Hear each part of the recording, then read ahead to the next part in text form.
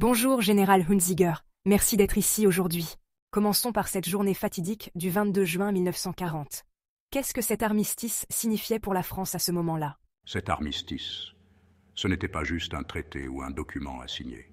C'était la fin d'une France que nous avions connue, une France glorieuse, une France que j'avais servie avec honneur. Nous étions à genoux, vaincus, désarmés.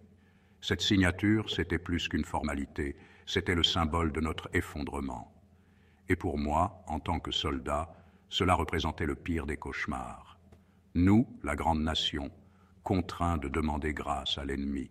Pourquoi cet armistice est-il considéré comme un moment si clé de la Seconde Guerre mondiale pour la France? Parce que cet armistice, c'était la coupure nette entre ce que la France avait été, une puissance mondiale, et ce qu'elle devenait à ce moment-là, une nation vaincue, brisée.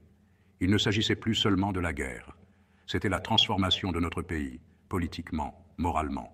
Le début d'une occupation terrible, d'une collaboration imposée et d'une division qui allait déchirer le peuple français pendant des années. Le choix du lieu, la clairière de Rotonde, est lourd de symboles. Pourquoi ce lieu précisément? Quelle importance cela avait-il pour Hitler et pour vous? C'était un lieu sacré pour nous, les soldats français. C'était là que l'Allemagne avait signé sa défaite en 1918, dans l'humiliation, un symbole de notre victoire. Et Hitler, ce diable en personne, il a choisi cet endroit pour nous écraser, pour nous humilier à son tour. Imaginez, signer la défaite de la France dans le même wagon où nous avions imposé la victoire 22 ans plus tôt. C'était une revanche cruelle, calculée. Nous savions tous pourquoi il avait choisi ce lieu. Il voulait effacer l'histoire, nous faire sentir, jusqu'au fond de notre être, la honte de la défaite. Parlons de 1918. Quelles étaient les conditions de cet armistice et pourquoi ce wagon est-il devenu un symbole si fort? En 1918, nous étions les vainqueurs. L'Allemagne était à genoux. L'armistice imposait des conditions terribles à l'ennemi. Restitution de l'Alsace-Lorraine, désarmement, occupation de certaines régions. Le wagon était devenu un symbole de cette victoire. C'était un lieu de triomphe. Et quand je suis monté à bord en 1940, c'était un autre monde. Le même lieu, mais cette fois, j'étais là pour signer notre défaite. Vous savez, le poids de cette symbolique m'a presque écrasé. Il n'y a rien de pire pour un soldat que de se retrouver dans une telle situation où chaque geste rappelle que vous avez échoué. Revenons à la défaite de 1940. Quelles erreurs stratégiques ont conduit à cette débâcle? Nous avons sous-estimé l'ennemi. Nous avons cru que la guerre serait comme celle de 14-18, une guerre de position, de tranchées. Mais Hitler, lui, avait une vision plus moderne. Il a frappé là où nous étions faibles, là où nous n'attendions personne, les Ardennes. Nous pensions que c'était un obstacle naturel infranchissable, mais les Allemands sont passés avec une rapidité dévastatrice. En quelques jours, le front s'est effondré. C'était trop rapide, trop brutal. Nous n'étions pas préparés. Et cette réalité m'a frappé chaque jour de ces semaines fatales. Nous n'avions aucune chance. Le gouvernement de Paul Reynaud a été remplacé par celui de Pétain. Pourquoi Reynaud a-t-il démissionné? Et quel était l'état d'esprit des Français face à la demande d'armistice? Reynaud voulait continuer la lutte, mais il était seul. Il voyait encore une lueur d'espoir, une possibilité de se battre depuis les colonies. Mais l'armée était brisée, les troupes démoralisées, le pays en chaos. Pétain est arrivé avec un message de paix, de fin des souffrances. Pour beaucoup de Français, ce fut un soulagement. Ils étaient épuisés, ils fuyaient les routes, bombes au-dessus de leur tête, enfants dans les bras. Ils voulaient que ça cesse. Mais en leur promettant la paix, nous leur avons offert l'humiliation. Vous étiez à la tête de la délégation lors des négociations. Comment ces négociations se sont-elles déroulées avec les Allemands? Était-ce réellement une négociation? Ce n'était pas une négociation. Comment négocier quand l'autre partie détient toutes les cartes? Keitel était là pour imposer, pas pour discuter. Dès le début, il nous a fait comprendre que tout débat serait inutile. Il voulait tout. Nos avions, nos bateaux, notre territoire. J'ai tenté, oh oui, j'ai essayé de négocier. Sur certains points, comme la flotte, comme nos avions. Mais à chaque fois, je sentais que tout glissait entre mes doigts. Keitel restait inflexible, comme s'il jouissait de notre désespoir. Et quelles étaient précisément les clauses de cet armistice? Pourquoi étaient-elles perçues comme si humiliantes? Elles l'étaient. Les conditions étaient brutales. La France serait coupée en deux, une zone occupée par les Allemands et une zone libre au sud, sous Pétain. L'armée serait démobilisée, sauf une petite force pour maintenir l'ordre. Nos prisonniers, des millions de jeunes hommes, resteraient en Allemagne. Et chaque jour, nous devions payer un tribut exorbitant à l'occupant, 400 millions de francs. Ces chiffres étaient insensés. Nous étions réduits à être les esclaves économiques de l'Allemagne. Comment ne pas se sentir humilié quand votre pays, votre fierté, est vendue au plus offrant, morceau par morceau? Parlez-moi de ce jour, le 22 juin 1940. Comment s'est passée la cérémonie de signature de l'armistice? Je m'en souviendrai toujours.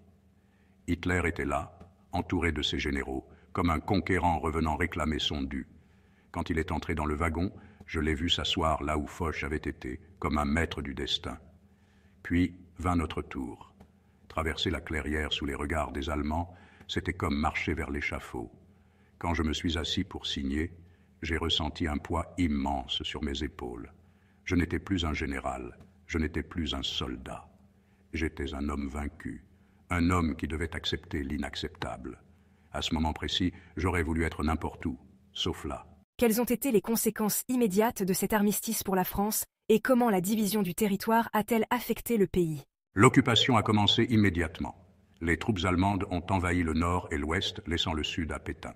Mais même cette zone libre n'était qu'une illusion. La France était sous le contrôle de l'Allemagne, divisée, déchirée. Les familles étaient séparées par cette ligne de démarcation, les communications coupées. Le rationnement a frappé tout le pays. La collaboration, elle, est née dès les premiers jours. Nous avons perdu notre souveraineté. Chaque jour, je voyais un peu plus de notre dignité nous être arrachée. Après l'armistice, Hitler a ordonné la destruction de la clairière de Rotonde. Pourquoi a-t-il fait cela? Il a fait dynamiter la clairière, détruisant les monuments, les stèles et même le fameux wagon. Mais il a laissé une seule chose intacte, la statue du maréchal Foch. Pourquoi? Parce qu'il savait que même en nous écrasant, il y avait une limite à l'humiliation qu'il pouvait infliger. C'était une victoire pour lui, mais aussi une forme de respect tordu envers Foch et ce qu'il représentait. Hitler ne pouvait pas tout effacer. La statue de Foch, seule au milieu de la clairière détruite. C'était comme un rappel amer de notre passé glorieux, un souvenir qu'il voulait que nous regardions avec honte. Comment la clairière de Rotonde a-t-elle été restaurée après la guerre? Que représente-t-elle aujourd'hui? Après la guerre, nous avons récupéré certains des monuments ramenés de Berlin. La clairière a été restaurée, reconstruite pierre par pierre, pour redonner à ce lieu sa grandeur perdue. Aujourd'hui, c'est un site de mémoire, un rappel des deux armistices, celui de la victoire et celui de la défaite.